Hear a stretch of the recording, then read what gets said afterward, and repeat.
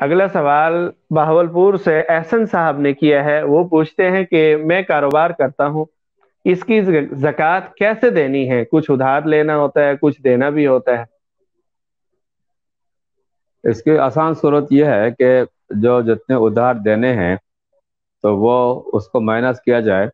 और इसके बाद जो रकम बचती है तो उस पर ज़कात आएगी 2.5% के एतबार से। और जिस उधार के हवाले से यानी मोहलत दे दी कि चले 10 साल में दे दें, 5 साल में दे दें, और उसमें फौरी तकाजा भी नहीं है, तो ऐसी सूरत में ये सूरत इख्तियार की जा सकती है कि इस साल का अंदर जो किस्त अदा करनी है, किस्तों की शक्ल में जो कर्जा दिया जाता है, तो उसमें ये फार्मूला है कि इस साल जो ज़कात की रकम अदा करनी है तो उसको माइनस करें, और बाकी किसी के पास समझ ले 5 लाख है और एक किस्त में 1 लाख है तो उसको माइनस करें और बाकी 4 लाख की ज़कात की अदायगी करें। और जहाँ ये सब नहीं है बल्कि कर्जा है अपनी जगह, तो उसको उस कर्जे को तो मिनहा किया जाएगा, और मिनहा करने के बाद जो बाकी आएगी, लेकिन मिनहा करने का मकसद यह है कि इस साल के अंदर अंदर इसकी अदायगी लाजिम हो, उस कर्जे को मिनहा किया जाएगा।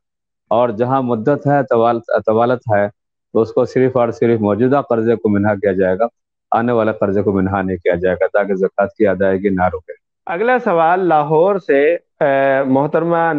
निमरा साहिबा ने किया है। वो पूछती है ज़कात का मुस्तहिक कौन है? आजकल तो मोबाइल, बाइक, टीवी कूड़ा उठाने वालों के पास भी है और काम वालियों के पास भी है। अगर किसी के घर में TV, fridge, washing machine, bike और मोबाइल है मगर कर्जदार हो, बच्चों की स्कूल फीस नहीं देने को, स्कूल से नाम कटने वाला हो, साल में एक बार मुश्किल से कपड़े लेते हो, साल में 3-4 बार गोश्त खाते हो, कहीं शादी फोतगी, बहन भाई के घर आते जाते ना हो कि रकम लगेगी, बीमारी में डॉक्टर का खर्चा ना कर सके, किराया ना देने पर घर से दरबदर हो, किसी के घर मुश्किल से एक कमरे में रह रहे हो, सिर्फ सब्जी दाल पर गुजारा हो, कभी अंडा खा लें तो समझो दावत है, मगर एक स्कीम में 2.5 मरले का फ्लैट बुक करवाया है, रकम भी सारी अदा कर दी है कर्जा उठाकर, लेकिन ये पता नहीं कब मिलेगा, तो क्या इनको बगैर बताए ज़कात दे सकते हैं? मसला यह है कि जो प्लाट उन्होंने लिया है अपनी रिहाइश के लिए, अगर लिया है और किस्तें अदा कर दी गई हैं, तो रिहायशी प्लाट ज़रूरत में शामिल है। ये कोई तिजारती प्लाट नहीं है कि आगे दुकानदारी करेंगे,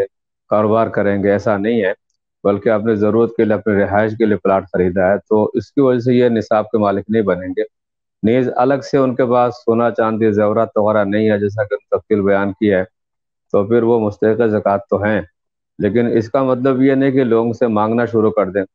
और हाँ, अलबत्ता कोई इनके हालात को समझते हुए, देखते हुए इनको ज़कात दे दें और वह सैयद ना हो, तो उनके लिए लेने की गुंजाइश होगी। जज़ाकुमुल्लाह खैरल जज़ा।